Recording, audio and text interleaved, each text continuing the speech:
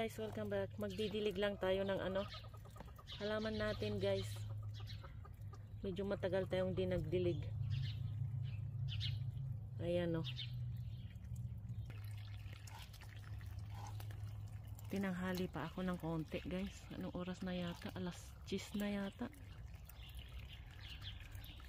Okay guys, ito na yung natin guys oh. Peaches natin. Kaya lang, paiba-iba yung weather natin ulit. Di maintindihan. Tingnan nyo guys oh. Sana hindi malagas oh. Kasi mahangin, mainit, tapos malamig. Grabe guys. Paiba-iba yung weather natin ulit. Hindi na nagsettle.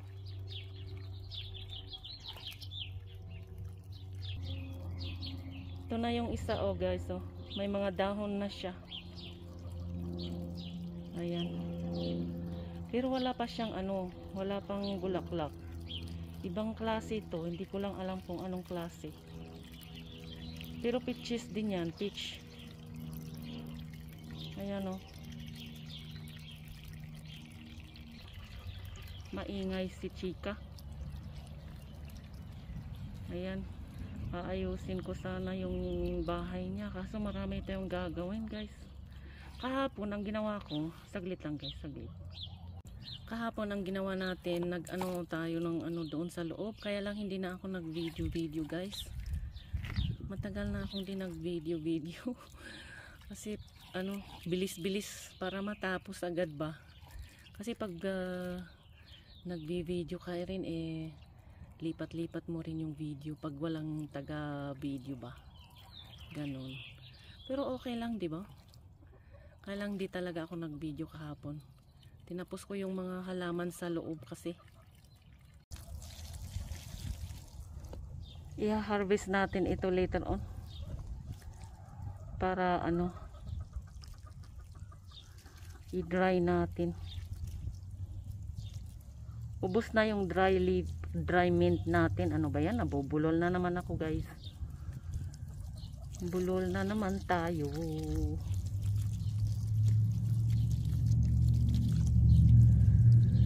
Ay nako guys, ganito lang ang buhay dito guys. Parehas lang din sa Pilipinas guys. Life goes on, maski saan. Ganun lang yan. Hindi porke nasa Amerika ka o sa ibang bansa ka, papasyal-pasyal na lang guys. Hindi po. Ganito rin, parehas lang. Okay.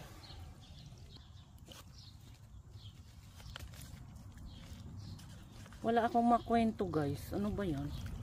Nabubulol ako. Wala tayong makwento-kwento guys. Ito lang bahay. Tapos work. Trabaho lang guys. Bayad ng bills. Siyempre no. Magtatrabaho kaya magtrabaho kasi ang daming bills na darating sa mailbox mo. Oh, di ba? Hindi yan maiwasan guys. Maski saan ka pupunta may darating na bills. Kaya ganyan lang. Nabuhay itong natanim natin guys. Hinarvest ko 3 days ago yung natin. Yung tawagin to, yung chard natin doon. 3 days ago ba yun?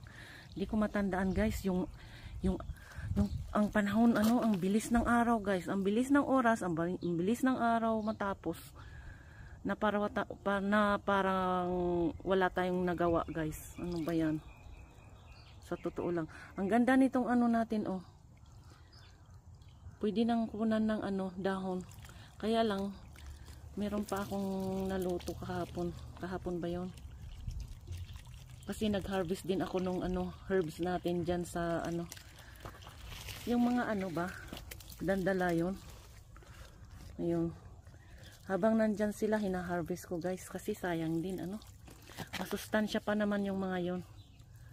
So, hina-harvest ko talaga. Maganda sa katawan daw eh. So, kainin guys. Kainin yung mga gulay. Kung anong nandyan na edible. Edible, tama ba yun? Edible na na mga gulay-gulay dyan sa ano natin, sa backyard natin. Maganda yung mga ganon guys. Hindi naman na-i-sprayhan. Tumutubo lang dyan. Luto natin, kainin natin guys, isalad natin. Maganda raw sa katawan natin yun. So, ayun. Ayan. Magtatanim tayo mamaya siguro. Pag may time. Tingnan natin kung pag may time pa tayo uli guys. Ito pa yung red na ano natin, oh. Nanilipat natin dito guys. Nabuhay din siya. Maganda pala to. Nabubuhay siya maski anong tawag nito? Malamig, mainit. Kaya lang pag mainit, talagang kailangan na anong tawag nito? Kailangang takpan kasi pag mainit anong tawag nito, may mga summer insects din na kumakain ba. Pero yung nung tinanim natin to, okay naman kasi yung weather nga pa iba-iba anyway guys, ang init na. Buti na lang may araw. Ayan. Tataniman ko din ito ng beans later on para aakyat sila dito. Itong mga onions natin. Ayan. Oh, yun pala yung ginawa ko kanina guys. Gumawa ako ng yung parang nila. May milk kasing inuwi si Jojo. Binigay ni Uncle. Ginawa kong parang yung blue cheese nila ba. Oo. Hindi na, as I said, hindi ako nag video na kasi guys. Oo. Mabilisan. Tsaka mabusisi kasi yung gawa ang hirap. Ang hirap pero gustong gusto ni Jojo kaya ginawa ko na lang. Kinakain nila yon with kasi pag breakfast nila, tapos pag gumagawa sila ng ng sandwich nila, nilalagay niya yung shanklish ang tawag nila, shanklish. Ayan. Okay, saglit guys at ilipat natin ito.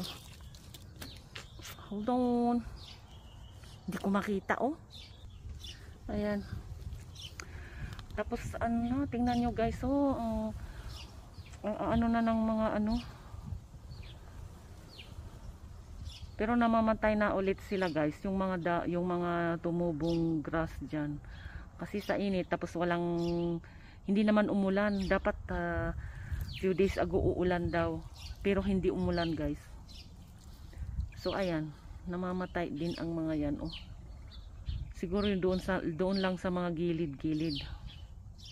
Pero yung dito, ayan nagda-dry na sila.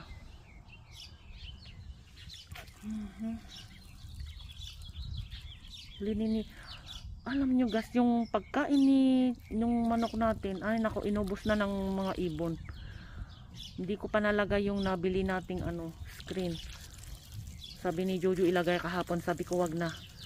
Kasi naman pag papahinga na siya, ako na lang gagawa, ako na lang kumbaga, ako na lang ginagawa ko na lang kasi wala naman akong ginagawa dito sa bahay guys. Pumupunta lang ako doon ngayon kasi iniba yung schedule. Dati 5 days ako pumupunta doon. Iniba nila yung schedule nung lumipat si Jojo doon. Nung tinawag na ni uncle niya na doon siya. So ayun, nabawasan yung natin. sa halip na 5 araw din ako pupunta doon, siya na lang pumupunta. 3 araw na lang ako. Dapat 3 araw pero si Jojo na lang pumupunta, nagbabantay. Ayun, kaloka guys. Kasi yung staff din naman, kasi sabi ng auntie ni Jojo, wala din daw silang mahanap na trabaho. Ang hirap maghanap ng trabaho na guys dito guys. Tinutulungan din niya kasi kawawa din naman daw sila, wala ding trabaho daw. So kaya nagstay sila, parang reshuffle na lang. Doon sila sa kabila, dito sa kabila naman kami. Doon sa isa.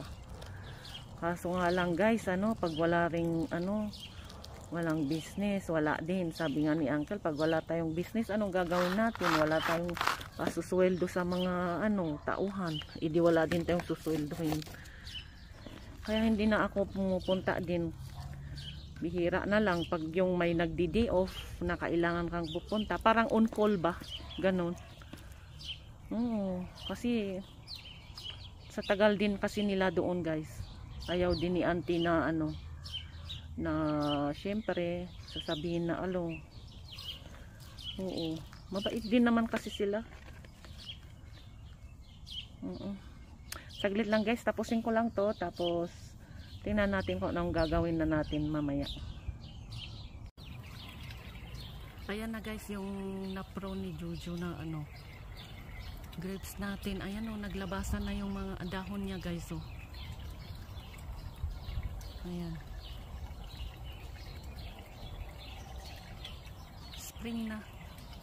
Spring na naman guys, spring.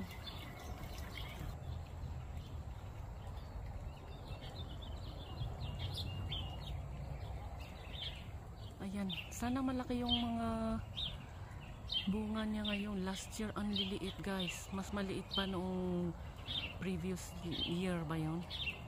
Oo. Pero maliliit talaga ang bunga nito guys. Pang talaga? Pang wine. Oops. Ayan ang galaw ng kamay ko guys.